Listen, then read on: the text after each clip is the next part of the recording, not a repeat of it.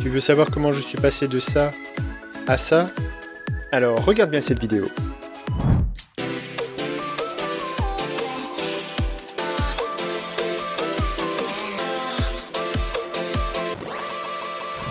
Hey, salut les artistes! Alors aujourd'hui je voulais vous montrer un petit outil que j'ai trouvé il y a récemment et qui est vraiment stupéfiant. Alors c'est un outil qui est développé par Clipdrop. Clipdrop ne me rémunère en rien du tout. C'est juste que j'ai trouvé ça et je trouvais ça génial. Et je voulais vous montrer ça. Clipdrop, il y a plein de trucs. Ils ont plein d'applications. Celle qui est vraiment formidable, je trouvais, c'était Relight.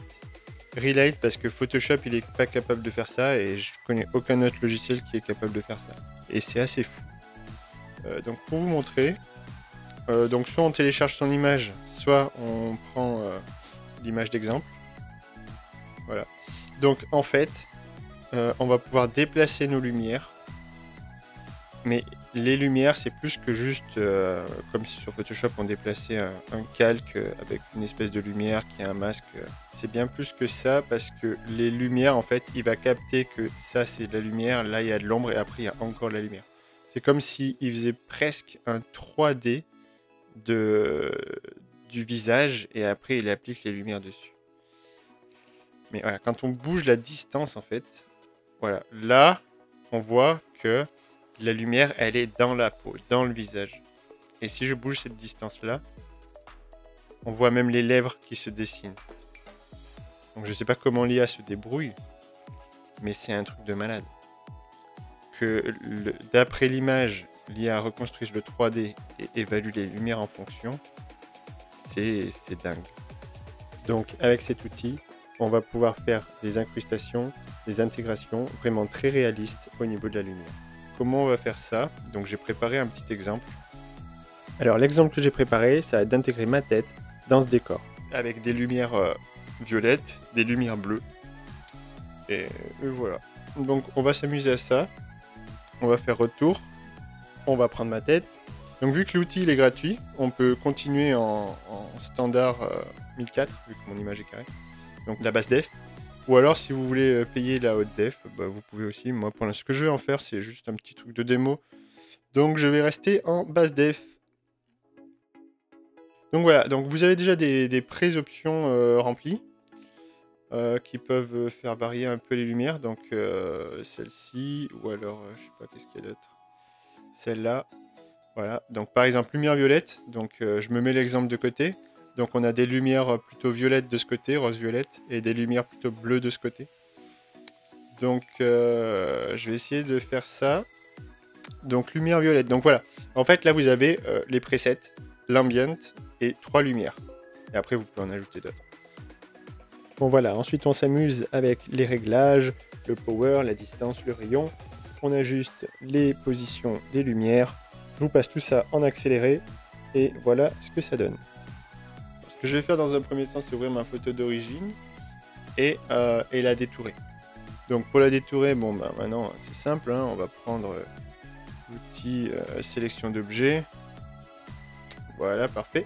Ensuite, histoire d'arranger un peu les cheveux sans trop s'embêter, on va juste faire un select and mask et on va cliquer sur Refine Hair.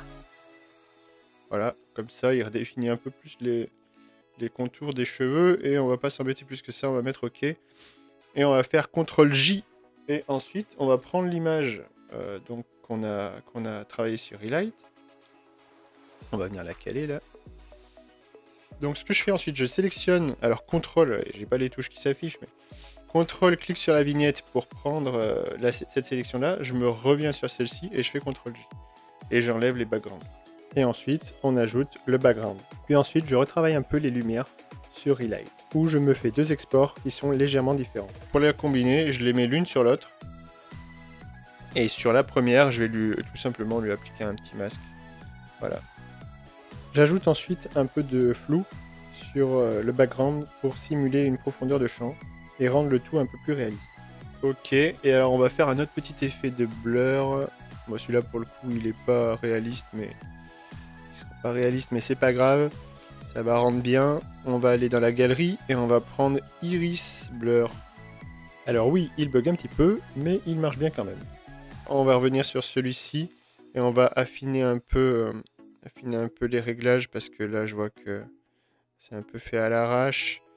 Je vous passe en accéléré les longues minutes de traitement qui ont suivi. Il y a eu pas mal de choses.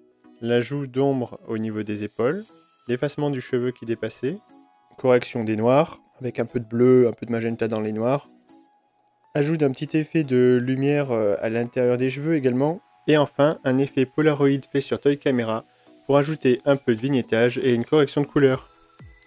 Et bien voilà, j'en ai terminé avec mes retouches. Donc là, j'ai vraiment peaufiné à fond.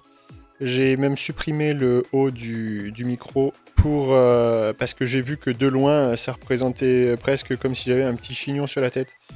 Donc voilà, j'ai tout viré et ça fait quand même plus clean. Donc pour en revenir au début, on passe de ça à ça. Je crois que là, niveau lumière, on est vraiment bien. Bon voilà, j'espère que cette vidéo vous aura plu. Si c'est le cas, laissez-moi un petit pouce. Et puis je vous dis à bientôt pour une prochaine vidéo.